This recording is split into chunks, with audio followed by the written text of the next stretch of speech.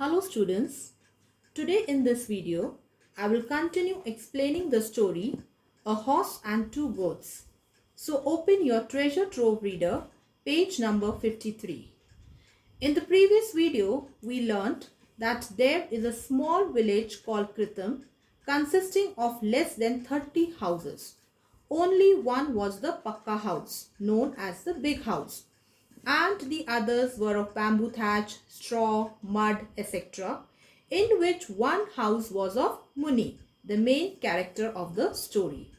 His present condition is that he is financially very weak and had only two goats.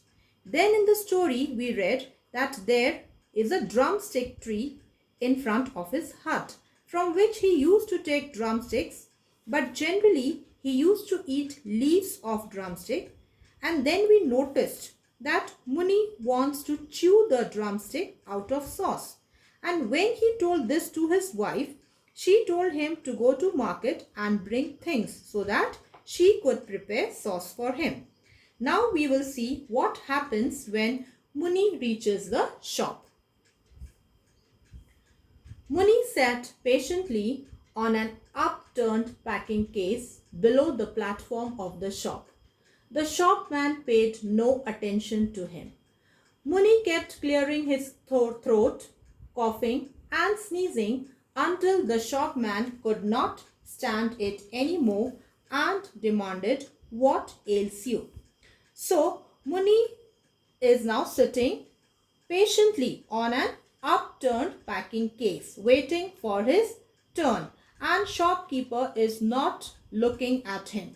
So what he is doing? He kept clearing his throat, coughing, sneezing, and then finally the shopkeeper asked him, "What ails you?" Ails means trouble. So what troubles you? "You will fly off that seat into the gutter if you sneeze so hard, young man." Muni laughed inordinately, in order to please the shopman at being called young man. Inordinately means excessively. So he laughed. Why? In order to please the shopman. This completely won the shopman over. He liked his sense of humor to be appreciated. By thus humoring the shopman, Muni could always ask for one or two items of food, promising repayment later. Some days the shopman was in a good mood and gave in, and sometimes he would lose his temper suddenly and bark at Muni for daring to ask for credit. So sometimes shopkeeper used to give him things and sometimes bark at him. Bark here means sometimes he used to be angry. Why? Because he used to ask for credit. Credit here means for loan. The shopman said, "If you could find 5 rupees and a quarter, means 5 rupees 25 paisa, you will have paid off an ancient debt. How much have you got now?" "I will pay you everything on the first of the next month." So what was the reply of Muni? Muni said, "I will pay you everything on the first of the next month, as always. And whom do you expect to rob by then?" Muni felt caught and mumbled, "My daughter has sent word that she will be sending me money." So his reply was, "My daughter will be sending me money." "Have you a daughter?" sneered the shopman. "And she is sending you money? For what purpose? May I know?" "Birthday, 50th birthday," said Muni quietly. "Birthday? How old are you?" Muni repeated weakly, not being sure of it himself. 50. So he said 50. It will be my 50th birthday. He always calculated his age from the time of the great famine, when he stood as high as the parapet around the village well.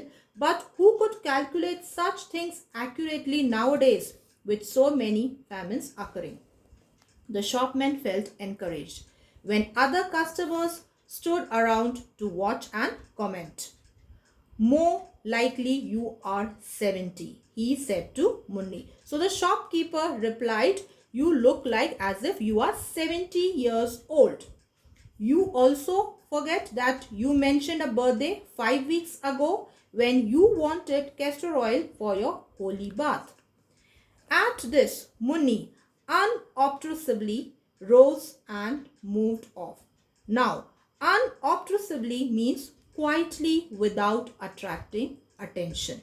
So, he got up and he went home. He later told his wife, that scoundrel would not give me anything. So, go out and sell the drumsticks for what they are worth. He flung himself down in a corner to recoup from the fatigue of his visit to the shop. So, flung himself down in a corner means he sat down in a corner. Why? Because he was very tired. His wife said, you are getting no sauce today, nor anything else. I can't find anything to give you to eat. Fast till the evening. So, she said, fast till the evening. It'll do you good. Take the goats and be gone now, she cried and added, don't come back before the sun is down. He knew that if he obeyed her, she would somehow conjure up some food for him in the evening. Only he must be careful not to argue and irritate her. Now, conjure means make something appear by magic. Her temper was undependable in the morning but improved by evening time. She was sure to go out and work, grind corn in the big house. Big house, you remember that pakka house. Sweep or scrub somewhere and earn enough to buy foodstuff and keep a dinner ready for him in the evening. Unleashing the goats. Unleashing means releasing, opening the goats from the drumstick tree. Munni started out, driving them ahead and uttering weird cries. Weird means strange cries from time to time in order to urge them on. Urge here means to encourage them, to persuade them. He passed through the village with his head bowed in thought. He did not want to look at anyone or to be accosted. Accosted means he was not in a mood to talk to someone. Accost means to talk to someone. A couple of cronies. Cronies means close friends.